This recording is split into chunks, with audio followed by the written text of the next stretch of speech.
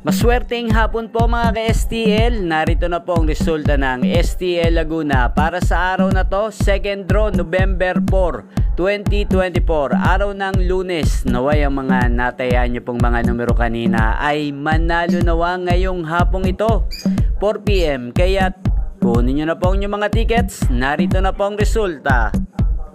Para po sa STL Laguna, second draw result, 4 PM ang mga numerong nanalo.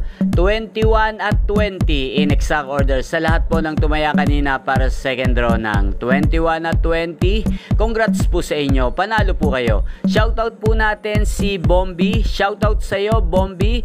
Naway manalo ka ngayong araw na to sa STL Laguna.